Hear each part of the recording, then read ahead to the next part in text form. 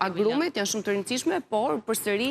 duhet shpëlarë sepse normalisht agrumet kanë sasitë e larta të aciditetit dhe nëse ne ham një portokall, një mandarin apo citro apo diçka tjetër kumkuat, të cilët kanë vërtet sasitë larta të vitaminës C që na ndihmojnë edhe kundër skorbutit, por nga ana tjetër mund edhe të na dëmtojnë smaltin dhe gjithmonë e rekomandojmë që të shpëlahen ose nëse përdoret limon, ose të jetë në sallatë, ose të jetë i holluar në mënyrë që të mos dëmtojë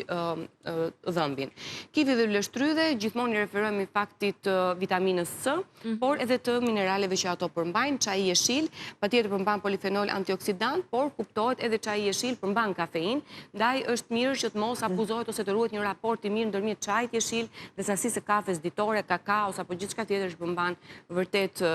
kafein.